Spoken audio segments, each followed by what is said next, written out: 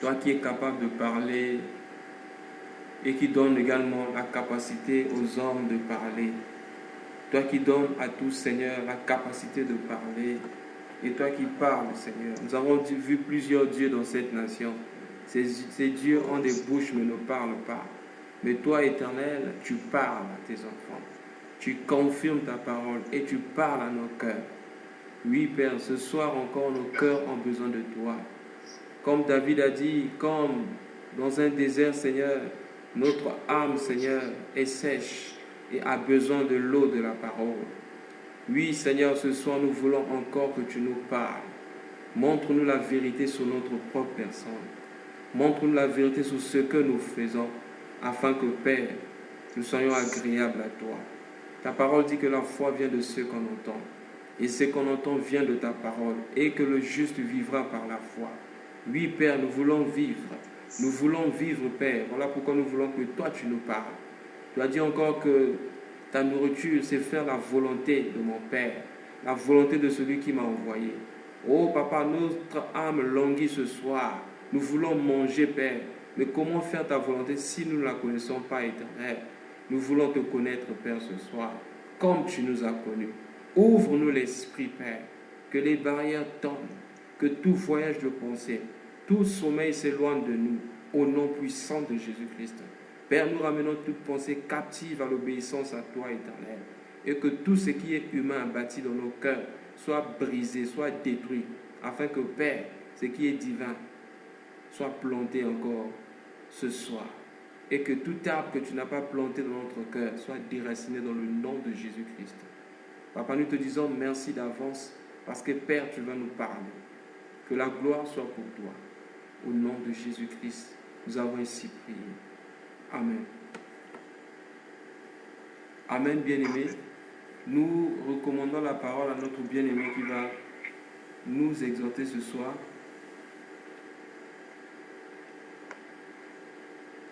Shalom, bien-aimés dans le Seigneur. Shalom. Nous voulons continuer avec ce même thème dont nous avions commencé. Nous voulons insister sur la connaissance de l'Éternel. Parce que tout ce qu'on vit, tout ce qu'on est proportionnel au Dieu que nous connaissons, c'est-à-dire celui que nous adorons. Parce que dès qu'il s'agit d'un Dieu, il y a un mot qui est directement lié à Dieu ou à une divinité, c'est l'adoration. Tout ce qui est Dieu reçoit de l'adoration. Voilà pourquoi il y a un verset dans les prophètes où on dit que ces peuples sont devenus comme les idoles qu'ils adorent. C'est-à-dire ce que l'homme adore, c'est devant lequel l'homme se prosterne. C'est ce que l'homme aussi devient. Voilà pourquoi plus on adore Dieu en réalité, en vérité et en esprit, plus on devient semblable à lui. Moins on l'adore, moins on le découvre. Nous allons commencer avec ces passages dans les livres de Actes. C'est un verset qu'on a lu l'autre fois, mais j'aimerais qu'on y revienne. Acte 17, le verset 27. Si un bien-aimé a trouvé, s'il vous plaît, peut nous aider avec la lecture. Acte 17, verset 27. Il a voulu qu'ils cherchassent le Seigneur et qu'ils s'efforçassent de le trouver en tâtonnant, bien qu'il ne soit pas loin de chacun de nous. Je continue. Amen. Amen. Oh, ça va. Oui, tu peux prendre le verset 28 aussi pour compléter la pensée. Verset 28. Car en lui nous avons la vie, le mouvement et l'être.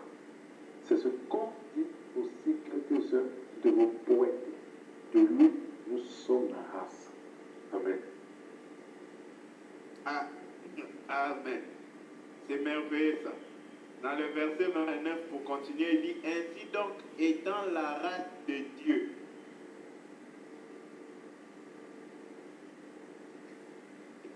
Ah, c'est merveilleux. Il dit, ainsi donc, étant la race de Dieu. La race de Dieu. Or, quand on parle, la plupart de nous ici, là, nous sommes Bantous. Ou disons tous, nous sommes Bantous.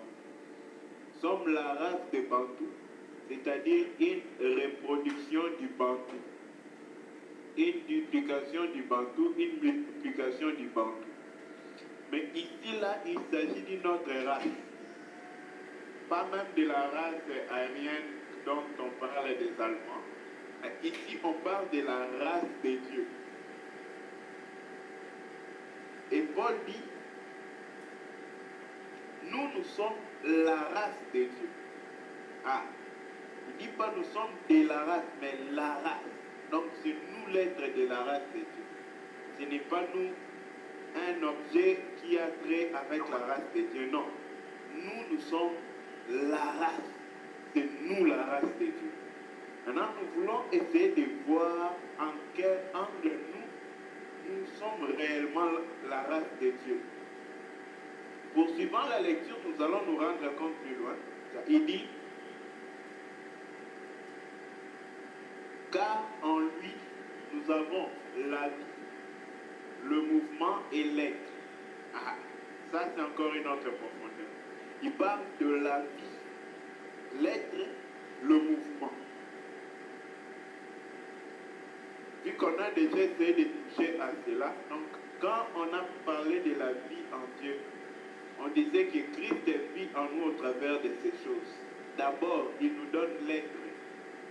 Quand il nous donne l'être, dans cet être-là, il nous donne la vie. Souvenez-vous, Adam est devenu une âme vivante ou un être vivant.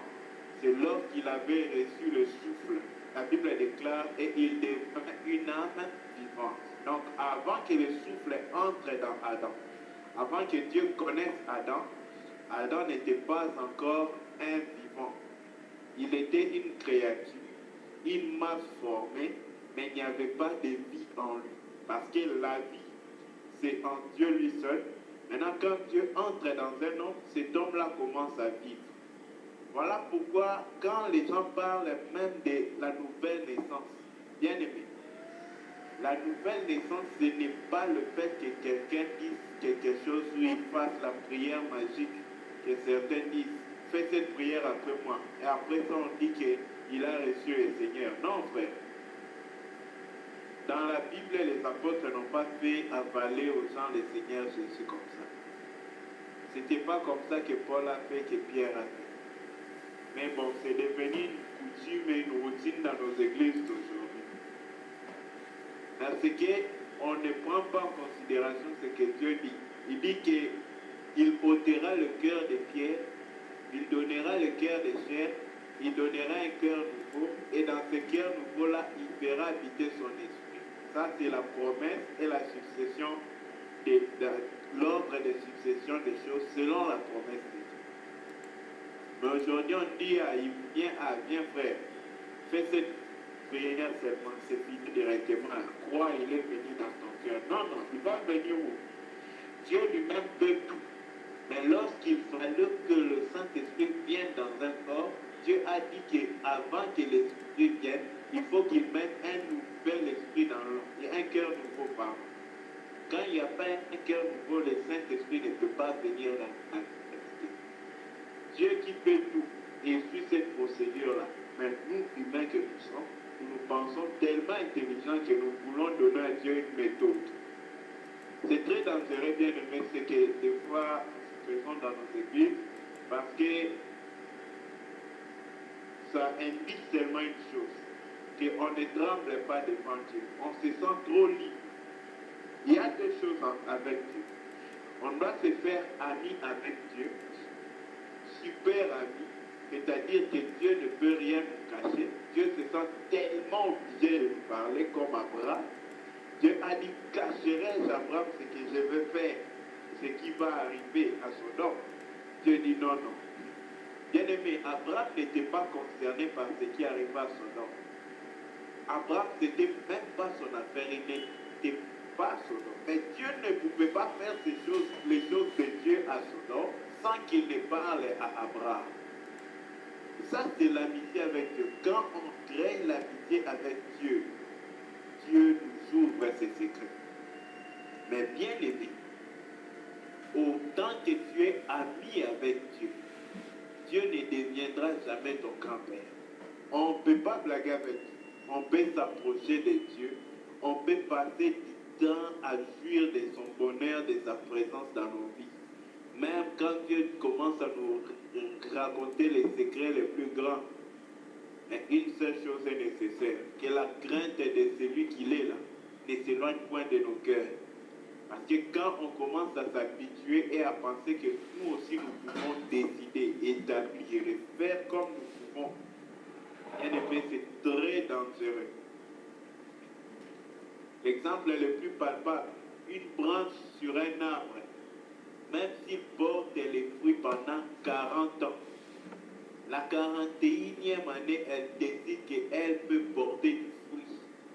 Je vous préviens, si elle se détache seulement de cet arbre, la branche va mourir, elle va sécher. Parce que sa vie ne dépend pas de la longueur des années que la branche a passé sur cet arbre, mais la vie dépend de sa dépendance et son attachement à l'arbre, au tronc, c'est-à-dire à la racine au travers de tout. Si la racine là, le contact entre la branche et la racine est coupé, la vie de la branche est coupée, mais la racine va porter d'autres branches. C'est en même temps pour nous dire que nous, si nous nous moquons de Dieu, Dieu n'est pas limité à nous. Dieu n'a pas créé que nous. Même comme je prêche, si je pense que je suis quelque chose, je me dis, ah, moi, frère, c'est le même. Vous savez, il y a des gens à qui Dieu enseigne des choses dans la douceur et d'autres, Dieu les traite durement. Moi, j'ai appris l'humilité pas dans une chose facile. Dieu m'a vraiment humilié mal dans l'église à plusieurs reprises. C'est pourquoi il m'a aidé avec ça à rester en bas. Je n'aime jamais même recevoir même des appréciations qui risquent de me faire penser qu'il y a eu quelque chose de bon en moi. Je sais qu'il n'y a rien de bon en moi. Et je vais rester comme ça jusqu'à la fin de ma vie. Parce que c'est ma sécurité. Dans la vie ici, là, il faut faire très attention. Il y a des choses que Dieu ne permet pas. C'est que l'homme touche à sa gloire. Il faut rester loin de sa gloire. Bien-aimés dans le Seigneur, étant amis de Dieu, nous ne devons pas nous éloigner de la crainte de Dieu. C'est-à-dire nous permettre à faire des choses sans dépendre de lui. Dès qu'on ne dépend plus de lui, c'était là le début du diable. Le diable, c'est vrai qu'il y avait le manque de contentement en lui, il y avait l'orgueil en lui. Qu'est-ce qu'il y avait d'autre? Il y avait l'ego en lui. Il était centré sur lui-même. Mais le mal de tout ça là s'est manifesté où?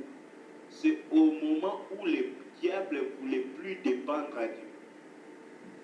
C'est là que tout s'est révélé. Si malgré qu'il avait l'ego, l'orgueil et tout ça, il dépendait de Dieu, l'attachement avec Dieu allait finir son ego, l'attachement avec Dieu allait finir sa convoitise, c'est-à-dire le manque du contentement, parce qu'on convoite, parce qu'on n'est pas satisfait de ce qu'on est, de ce qu'on a, on veut plus. Et à cause de cela, bien aimé, le diable n'a pas voulu dépendre de Dieu. La dépendance de Dieu, c'est la source de vie pour les hommes. Dieu a tout créé pour l'homme. Dieu veut le bonheur de l'homme. Dieu veut que tu sois heureux dans ta vie. S'il y a des gens qui prêchent l'évangile du bien-être, je ne sais pas, on dit l'évangile de, je ne sais pas comment on appelle ça, leur évangile. Bien aimé, je vous dis, le plus grand prédicateur de cet évangile du bien-être de l'homme, c'est Dieu lui-même. Mais comment Dieu veut-il que ce bien-être de l'homme s'accomplisse? C'est ça le problème. Ce n'est pas dans la même vision dans le monde où les gens parlent au nom de Dieu. Dieu veut le bonheur de l'homme, mais en tout temps dépendant de Dieu. Dieu a tout créé, même les choses qui font mal à l'homme, même les choses qui font bien à l'homme, c'est Dieu qui les a créées. Mais dès que l'homme arrête de dépendre de Dieu, Dieu prend les mêmes choses qui sont pour le bien de l'homme et il fait que ces choses-là commencent à nuire à l'homme. Les mêmes choses. La souffrance qu'Adam devait vivre hors du jardin fait. C'est Dieu qui a créé tout. Et la famine qu'il y a dans Adam, c'est Dieu qui a créé ça. Et manger les pains à la sueur, la chaleur, c'est Dieu qui a créé ça. Mais le même Dieu, lorsque Adam était dans sa volonté, toutes ces choses-là marchaient dans la conformité de son bonheur. Et lorsque lui-même mal, il s'est mal comporté devant Dieu, ces mêmes choses ont marché à son contre. Telles sont les voies de Dieu dans nos vies. Voilà pourquoi Dieu est un ami, mais Dieu, il est Dieu aussi. Dieu est un papa, mais Dieu, il châtie comme un bon père aussi. Dieu est un... il y a des cantiques qu'on chante comme ça en lingala. Yaya Nangamoko. Il est notre plus proche frère, mais en même temps, il est le frère qui corrige et châtie. Voilà pourquoi pour nous, bien aimés, nous devons garder toujours cela dans notre attention. Rire avec Dieu, s'amuser dans sa présence, c'est jouir de son bonheur, jouir de sa présence, communier son esprit, jouir de l'intimité avec son esprit. Mais que ces choses-là, même quand Dieu nous donne de quoi faire certaines choses pour lui, que cela ne nous pense pas que nous sommes quelque chose ou que nous pouvons faire quelque chose. Parce que c'est de là que notre chute va commencer. Donc, nous nous rendons compte ici, revenons à Actes, nous nous rendons compte qu'en Christ, il y a la vie, le mouvement et puis l'être. Car nous sommes la race. Or, quand on appelle la race là, c'est quoi en fait? La race, c'est, comment dire, c'est la continuité d'une vie d'une personne. C'est-à-dire cette personne-là se multiplie. Il y a un autre lui qui est sa race. Il y a son autre lui là fait des autres lui qui continue sa race. Ici, quand on parle de la race de Dieu, c'est-à-dire ils sont nés de Dieu, c'est la première des étapes. Pour être d'une race quelconque, il faut être né de cette race-là, né dans cette race-là, être la continuité de la même race. Donc, ils sont nés de Dieu, nous. L'apôtre Paul dit, ainsi donc, étant de la race de Dieu, nous ne devons pas croire que la divinité soit semblable à de l'or, or à de l'argent, à de l'or, à de l'argent ou à de la pierre sculptée par l'industrie de l'or. Ah, j'aime beaucoup ces versets parce que c'est sur base de ces versets qu'on peut partager la parole avec les athées. Bien-aimé, Dieu n'est pas objet d'une imagination humaine. C'est pourquoi des fois quand on dit la plus importante chose dans nos vies, c'est que Dieu nous délivre du Dieu de notre pensée. Il n'y a pas une différence entre une idole dans la pensée et une idole fabriquée avec la main.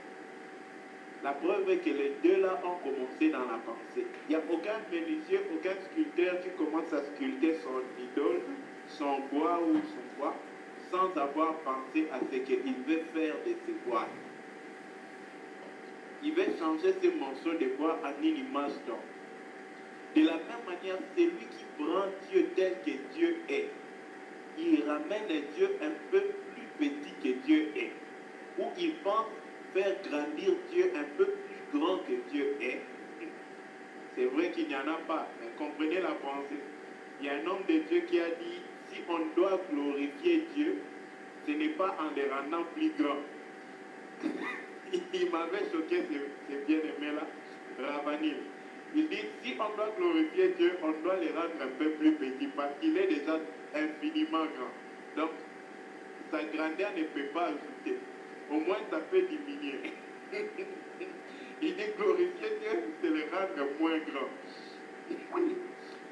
Ah oui. Bien aimé, il y a des gens qui pensent à Dieu et qui prennent du temps à y aller vraiment jusqu'au bout. Donc, ici, on dit que Dieu n'est pas œuvre d'une imagination de l'homme, sculpté avec pensée de l'homme, avec l'art de l'homme. Dieu n'est pas quelque chose qui est le fruit de notre pensée. Voilà pourquoi la chose qui nous résiste beaucoup à connaître Dieu, qui nous empêche d'avoir Dieu tel qu'il est, c'est notre raisonnement. C'est ainsi que Salomon dans Proverbe dit, place ta confiance à l'Éternel, directement, confie-toi en lui dans toutes tes pensées, et il suit la prochaine chose dont tu parles. Ne t'appuie pas sur ta vaine sagesse, sur les raisonnements de ta tête. Parce que l'écart entre le cœur et la tête, c'est ça l'écart entre la chair et l'esprit. Le cœur, c'est pour Dieu, et la tête, c'est pour l'homme. La tête, c'est le leader de l'homme. La tête, c'est le leader de l'homme. Et en même temps, le cœur, c'est Dieu qui lead là-bas. Donc celui qui est conduit dans son cœur selon Dieu, il est beaucoup différent. Il est beaucoup différent de celui qui utilise par contre sa tête. Parce que celui qui est conduit selon le cœur, il écoute plutôt Dieu, il dépend de Dieu, il fait selon Dieu. Mais celui qui réfléchit, d'abord, il résistera à Dieu, il va humilier Dieu. Pourquoi? Parce que lorsque Dieu dit, la mer ici va s'effondrer en deux et vous allez traverser. Lui va dire, non, Dieu, laisse ces histoires-là. La mer ici comme ça va fondre. Parce que la raisonnement, il ne dit pas faux. Dans le raisonnement de l'humain tel que Dieu a créé l'humain, c'est impossible que la mer se déchire au milieu. C'est un raisonnement clair. Le raisonnement là est correct et vrai. Tel que Dieu a créé l'homme, l'homme connaît que la mer que Dieu a créée là ne peut pas être déchirée et que les hommes traversent. Maintenant, si l'homme dit qu'il va se reposer sur son intelligence, il va résister à l'œuvre de Dieu. Et quand il repose sur son intelligence, qu'est-ce qu'il fait? Il veut dire à Dieu, c'est que tu as créé là tel que tu l'as créé. C'est plus difficile, c'est plus compliqué que toi. Donc, tu es Dieu, mais tu ne peux pas faire face à cela. Tu es à toi Dieu, mais ça là, comme tu l'as créé, c'est beaucoup difficile pour toi. Voilà pourquoi l'incrédulité, c'est un péché très mauvais. Je ne parle pas de l'incrédulité seulement dans des choses qu'on demande. Mais l'incrédulité, bien aimé, c'est un péché qui humilie Dieu, qui ramène Dieu au plus petit qu'on ne peut jamais. C'est-à-dire, on élève la créature, parce que toute épreuve, toute chose est liée à la créature. On prend la créature, on la fait trop grande, et on prend les créateurs, on les rabaisse au petit. Telle est des fois comment notre incrédulité se manifeste contre Dieu. Que Dieu nous aide pour cela. Alors pour résister à cela, nous devons être délivrés d'un Dieu fait de l'industrie de la pensée de l'homme. D'un Dieu que l'homme s'est fait dans sa tête.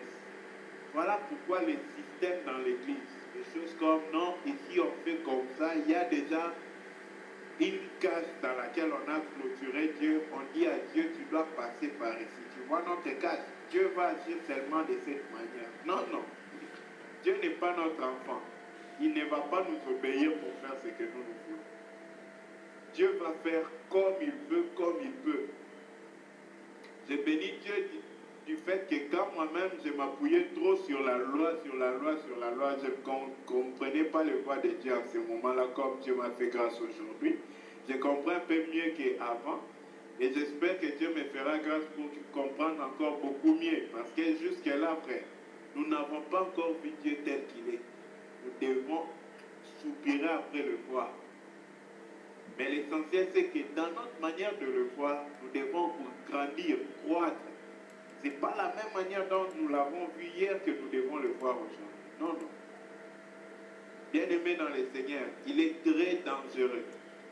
La religiosité, car ça paraît beaucoup spirituel, mais ce n'est pas spirituel. C'est juste cérémonial, c'est juste extérieur. Ça n'a pas de fond dans les éternités de Dieu, ça n'a pas de fond en Dieu lui-même. Il faut faire très attention avec toutes ces choses. Et la cause de cela, c'est que l'homme n'a pas connu Dieu. Et le pire c'est quoi? Prenons les témoignages de Paul un peu dans Romains. Quand un homme ne connaît pas Dieu, Dieu le condamne. C'est fort ça. C'est Dieu qui condamne l'homme qui ne le connaît pas. Je pense que j'avais trouvé un autre témoignage pour ça hier. Bon, prenons celui que Paul donne ici, Romains 1, verset 28. Commençons en 27 jusqu'à 28. Lisons Romains chapitre 1, 27 à 28. Et de même, les hommes abandonnent l'usage naturel de la femme, se sont enflammés dans leurs désirs les uns pour les autres, commettant homme avec homme des choses infâmes, et recevant en eux-mêmes le salaire que méritait leur égarement. Verset 28. Comme ils ne se sont pas souciés de connaître Dieu, Dieu les a livrés à leur sens réprouvés pour commettre des choses indignes. Amen. Alors, il parle de comme ils ne se sont pas souciés. Donc pour connaître Dieu, frère, il y a la part de l'homme. Il faut se soucier de les connaître. Dans le premier verset que nous avions lu, on nous a encore aussi parlé là-bas que Dieu veut que l'homme se soucie de le trouver. C'était dans Acte 17, le verset 27. Il voulut qu'il cherche le Seigneur et qu'il s'efforce de le trouver en tâtonnant, bien qu'il ne soit pas loin de chacun de nous. Dieu voulait que les hommes les cherchent, même en tâtonnant, mais qu'ils les cherchent. Bien-aimés, ce qui est précieux, on ne l'obtient pas facilement. Ce qui est précieux, on ne les ramasse pas sur la route.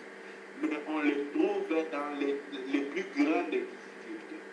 Les gens aiment les diamants. Si on demandait ici là, qui n'aime pas les diamants, c'est l'hypocrite va dire qu'il n'aime pas ça. Parce que c'est une richesse. Tout le monde aime les diamants. Ça te rapporte beaucoup de services. Mes frères, les diamants là, il faut voir. Dieu l'a caché au fin fond du sol. Pour aller prendre les diamants, il faut accepter d'entrer dans le sol.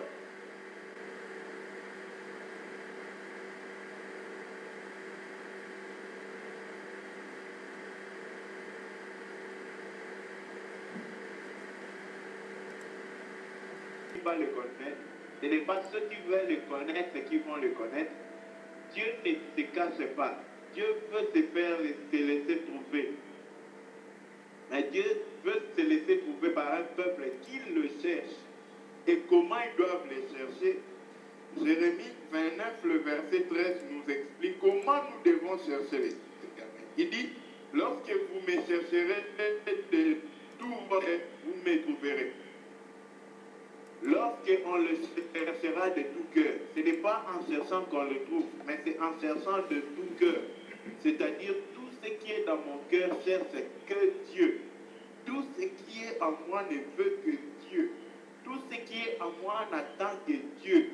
Tout ce qui est en moi n'est pas satisfait tant que ce n'est pas Dieu que j'ai reçu. Bien-aimé, tel est le souhait de Dieu pour nous. Tel est ce que Dieu attend en nous. C'est que nous puissions les chercher, mais de tout cœur. Alors, nous voulons essayer de toucher deux choses avant d'insister sur ce qui est essentiel. Retenons d'abord que Dieu veut se laisser trouver. Deuxièmement, Dieu n'est pas l'objet de notre imagination. Il n'est pas le Dieu que nous pensons qu'il est. C'est-à-dire, comme je vois ce que Dieu est comme ça. Comme je vois ce que Dieu, il fera un peu comme ça. Non, non. Dieu ne fera pas comme nous on veut. Il n'est pas notre domestique. Dieu est tellement humble qu'il s'est fait même notre serviteur. C'est merveilleux, frère. Mais en même temps, celui qui a vu Dieu, il ne peut pas rire avec Dieu comme son ami, parce que Dieu rit avec lui comme son ami. Il ne peut pas se jouer de Dieu parce que Dieu s'abaisse jusqu'à son niveau. Bien aimé, il faut faire très attention avec ces choses. Dieu peut nous amener à découvrir les plus grands profonds de ses secrets. Mais cela n'est pas amusant. C'est un piège. Il y a la vie et la mort là-bas. Voilà pourquoi quand les souverains sacrificateurs entraient, on l'attachaient un corps. Parce que dans les secrets de Dieu, il y a la vie. Dans les secrets de Dieu, il y a la mort. Il y a un grand écart entre celui qui a cherché Dieu et qui l'a trouvé et celui qui ne l'a pas trouvé. Cela se distingue maintenant dans ce que l'homme devient. Parce que l'homme ne peut pas voir Dieu et vivre. Ah, c'est là où on veut en arriver. Avant d'arriver là-bas, on va prendre quelque chose. L'homme qui a vu Dieu doit mourir. Dieu a dit à Moïse a dit qu'il veut voir Dieu. Dieu lui dit, ah, l'homme ne peut me voir et vivre. Donc si l'homme me voit, il doit mourir. La preuve qu'un homme a vu Dieu, bien aimé, c'est sa mort. Donc on ne peut pas avoir vu Dieu et on est vivant en même temps. Non, c'est impossible. Quand on voit Dieu, on meurt en ce moment. On ne va pas mourir après, on meurt. Donc si on est encore vivant, cela indique aussi, frère, qu'on n'a pas encore vu Dieu. Parce que l'homme ne peut voir Dieu et ensuite vivre. Quand l'homme a vu Dieu, il meurt. Moïse avait vu Dieu, il était mort. Mais Dieu, pour les cacher vivants, frère, Dieu l'a caché dans le rocher. Ah, ce n'était pas un rocher comme ça, parce que même un rocher ne peut pas tenir devant Dieu. Mais c'était un rocher mystérieux. Ah, si on peut ajouter la sœur Carmen, je ne la vois pas sur le mystère. Oui. Donc c'était un rocher mystérieux par lequel Moïse pouvait voir Dieu. Alors, pour connaître Dieu, comprendre Dieu, il faut vraiment que Dieu fasse grâce. C'est que je veux d'abord insister dessus. Il faut que Dieu fasse grâce et que Dieu éclaire le cœur. Maintenant, quand Dieu a fait grâce et qu'il a éclairé les cœurs, qu'est-ce qui va s'en suivre? Prenons Daniel, le chapitre 12.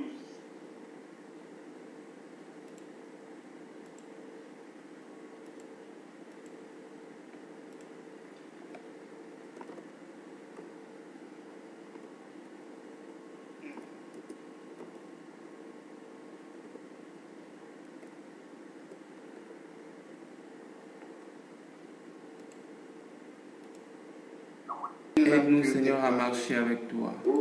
Aide-nous, Père Céleste, à nous conduire selon que toi tu nous veux. Au nom de Jésus-Christ. Apprends-moi, Seigneur, apprends mon frère, ma soeur et mon frère, à marcher selon toi. À utiliser sa langue, Père Céleste, pour le bien et non pour le mal. Au nom de Jésus-Christ. Oui, bien-aimé, toujours dans cette même perspective, nous allons prier. Dans le ciel, bien-aimé, il n'y a que deux ministères. Le Seigneur Jésus au ciel comme intercesseur et le diable aussi au ciel comme accusateur. Donc, nous allons nous identifier soit au Seigneur Jésus, soit au diable qui accuse. Si nous passons notre temps à accuser les autres, à accuser les hommes, ça veut dire que nous n'intercédons pas. Bien-aimé, nous allons prier le Seigneur. Qu'on apprenne à prier et non pas à accuser. Qu'on apprenne à prier pour les gens, non pas passer notre temps pour voir leurs erreurs. Car la Bible dit que ceux qui sont forts soutiennent ceux qui sont faibles. Et que nous qui pensons être forts, nous devons faire attention de peur que nous tombions aussi. Prions le Seigneur bien-aimé. Oui, Papa, Seigneur, nous venons auprès de toi. Fais de nous, Seigneur. Nous venons auprès de toi, Seigneur. Des gens qui prient, afin que tu fasses de nous, Seigneur, des hommes qui savent prier. Entre toi et les hommes. Ceux-là qui se tiennent, Seigneur, sur le mur. Ceux-là qui se tiennent, Seigneur, à la guérite. Pour voir, Seigneur, où l'ennemi part, où l'ennemi va venir. Et attaquer l'ennemi, Seigneur, avec les armes, Seigneur, que toi tu nous donnes. Oh, Éternel. Mais le Christ que nous connaissons aujourd'hui, c'est dans Apocalypse 17 qu'on nous parle de lui. On nous dit qu'il est la parole de vie. C'est ça Christ, c'est ça le visage de Christ, C'est là où on peut voir ses yeux, c'est là où on peut voir ses oreilles, on peut voir son nez. Mais si on veut voir le visage de Jésus, on rentre à l'époque d'Israël. Voilà pourquoi Paul parlant aux Galates, je ne sais pas on dit comment, ceux de Galatie, il leur dit, avez-vous connu Jésus-Christ quant à la loi ou vous l'avez connu par la foi? Nous avons connu Jésus par la foi. Dans la foi en Jésus, il n'y a pas la foi en son visage. Il n'y a pas du tout ça.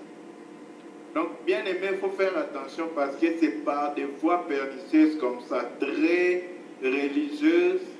Ça paraît bien, ça paraît doux, ça paraît humble, mais ça mène à la mort. Faire très attention parce que ce sont des pratiques, surtout certaines personnes qui deviennent, une fois j'ai vu quelqu'un qui allait vite se prosterner devant une statue, je n'ai pas voulu le mettre mal à l'aise parce que ce n'est pas la manière de les ramener à Christ. Mais bon, j'étais moi-même indigné dedans de moi. Bien aimé, faisons très attention avec ces pratiques parce que c'est une forme d'idolâtrie. Ce n'est pas toute l'idolâtrie parce qu'il y a un autre qui a ses idoles dans son cœur, il y a un autre qui a ses idoles avec ses mains ou sur une statue ou sur quelque chose. Mais déjà, cela est une idolâtrie, voilà pourquoi on devrait éviter cela. Est-ce que c'est le Jésus-là? C'est pas point d'interrogation. Car la parole de Dieu dit, il se révélera des faux Jésus. Ils vont apparaître ici, je suis là-bas. Mais ce n'est pas comme moi. Et c'est ce qu'ils sont en train de voir aujourd'hui. Donc nous devons vraiment, véritablement faire attention à ces choses-là. Et c'est devenu un lieu de pèlerinage. Et on met une grosse croix, on met, je ne sais pas, un dessin animé là-bas, là, un gars là-bas. Mais est-ce que c'est le véritable Jésus? De toute façon, comme on vient de le dire dans la parole de Dieu, de ne point se faire d'image sur la terre. Des choses qui sont dans les cieux comme des choses qui sont sur la terre. Il y a plein d'images aussi. On va, bon, l'ange Gabriel, les gens dessinaient l'ange Gabriel avec une lance. Et puis on peut de mettre son pied sur la tête d'une personne. Est-ce que c'est l'ange Gabriel qui est comme ça? Ou bien l'ange qui est Michael? Il y a plein d'images, nous devons véritablement faire attention. Nous ne servons pas les anges, mais nous servons un Dieu. D'ailleurs, les anges sont nos services. Bon, c'est tout ce que je voulais ajouter. Je ne vais pas prendre tout le temps. Merci bien. Que Dieu nous bénisse. Tu sais, peut-être qu'ils n'ont pas voulu, Seigneur, donner des sujets de prière, mais toi, tu sais, Seigneur, par quoi nous sommes en train de passer, par quoi nos frères et sœurs sont en train de passer. Et Père, ils en souffrent. Père, vois leur foi, Seigneur Jésus-Christ. Et fais quelque chose dans leur vie. Dans le nom puissant de Jésus, toi qui connais le cœur de l'homme, toi, ceux qui savent consoler, nul ne sait consoler comme toi. Nul ne peut affermir comme toi. Merci encore pour tout. Nos parents ont aimé et tout le monde a aimé. Que la gloire en nous te revienne. Au nom puissant de Jésus, nous avons prié et reçu. Amen.